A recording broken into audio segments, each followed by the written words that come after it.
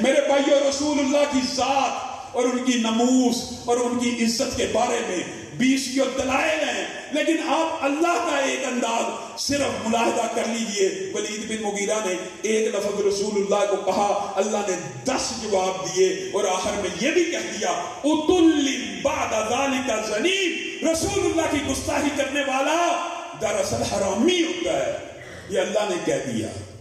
اور آپ اٹھائیے فرانس کا ڈیٹا، 60% پورے یورپ میں سب سے زیادہ بن شادیوں کے جہاں پہ بچے پیدا ہوتے ہیں وہ فرانس ہے، اور مسلمانوں نے بائیکاٹ کیا۔ اور میرے بھائیوں یہ جو لبرلزم اور سیکولرزم کا فلسفہ ان باتوں میں نہیں آنا، یہ جی کیا فرق پڑ جائے گا، کیا ہو جائے گا، فرانس کی معیشت بڑی مضبوط ہے، فرانس بڑا سٹرونگ ہے، یہ بائیکاٹ کرنے سے کیا فرق پڑے گا؟ پہلی بات، مومن کا مطمع نظر نتیجہ کبھی ہوتا ہی نہیں ہے۔ مومن نتائج کے اوپر نظر نہیں رکھتا، مومن اس بات کے اوپر نظر رکھتا ہے کہ میرا رب میرے سے راضی ہے یا نہیں، محمد مصطفیٰ کل قیامت کے دن ہمارے سے راضی ہوں گے یا نہیں، یہ مطلب مومن کی مطمع نظر ہوتی ہے۔ یہ جی کیا فرق پڑے گا؟ اور اللہ کی قسم ابن تیمیہ کی بات یاد آ گئی، ابن تیمیہ نے کہہ دیا تھا جو قلعے کئی مہینے ہم سے فتح نہیں تھے ہوتے، جو قلعے کئی مہینے ہم سے فتح نہیں تھے ہو رہے ہوتے، پھر ایک عیسائی بدبخت اٹھتا تھا، رسول اللہ کی شان میں گستاخی کرتا تھا، ہمارے کلیجوں کو تو چوٹ لگتی تھی، لیکن ساتھ ہی یہ سمجھ بھی آ جاتی تھی کہ اب موجد رونما ہونے والے ہیں، اللہ کی مدد آنے والی ہے۔ جو 2 ماہ قلعے فتح نہیں تھے ہوتے وہ اسی رات فتح ہو جاتے تھے۔ اس فرانس کے بدبخت نے اگر یہ ہردہ سرائی کی ہے تو میرے بھائیو یہ نہ سوچنا کہ تم ٹوٹل کے پمپ سے پٹرول اگر نہیں ڈلواؤ گے جیسے لبرل اور سیکولر لوگ کہہ رہے ہیں کوئی فرق نہیں پڑے گا، یہ نہیں سوچنا۔ اللہ کی قسم عہد کرو، ارادہ کرو، آج کے بعد کوئی فرانسیسی پروڈکٹ میں اپنے نہ گھر میں لے کے آؤں گا، نہ گاڑی میں ٹوٹل کا پٹرول ڈلواؤں گا۔ اللہ کی قسم اگر تم نے یہ ارادہ کر لیا تو ابن تیمیہ کے قول کے مطابق معجزے رونما ہونے کو ہیں۔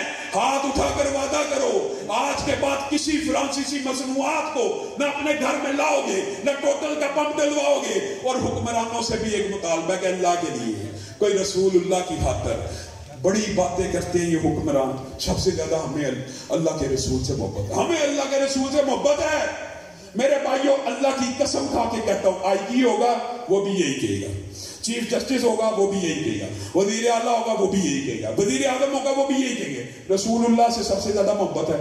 اچھا تو رسول اللہ کا نظام لے، نہیں نظام ذرا یورپ کا، انگریز کا، گورے کا، رسول اللہ سے بڑی محبت ہے تو رسول اللہ کی معیشت لے آؤ۔ او نہیں سود کو نہ چھوڑنا، او مولویوں کو کیا پتا اور یہ منبر و محراب کے وارثین کو کیا پتا، سود چھوڑ دیا معیشت کیسی چلے گی؟ او بینکنگ سسٹم کے بغیر انہوں نے کوئی متبادل سسٹم نہیں دیا۔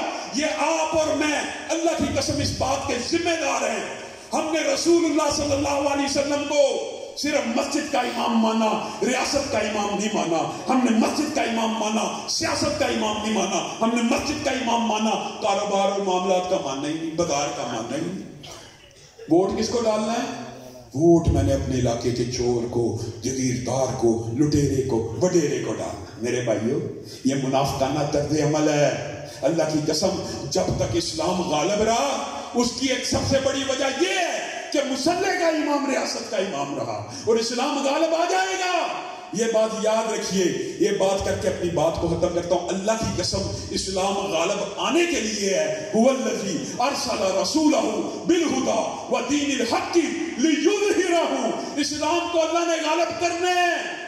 لیکن آپ جو سوچ رہے ہیں نا کہ اسلام نے پتہ نہیں کب غالب آنا ہے، اللہ یہی دیکھ رہا ہے، اللہ یہی جانچ رہا ہے کہ میرے لشکری کون ہے اور میرے مخالف کون ہے۔ اسلام نے ایک دن غالب آنا ہے، سوال تیرا اور میرا ہے، میں اور تو کس لشکر میں کھڑے ہیں۔ یہ عجیب و غریب بات ہے، منبر اور محراب کے اوپر یہ جی سیاسی باتیں ہوتی ہیں، یہ جی مسجد میں سیاست ہوتی ہے، اور سیاست کس نے کرنی ہے؟ جی چوروں نے کرنی ہے، لٹیروں نے کرنی ہے، تم نے فلسفہ بنایا ہوا، یہ تمہارا منافقانہ طرز عمل ہے۔ اسی طرح کا طرز عمل ہمارے حکمرانوں کا ہے۔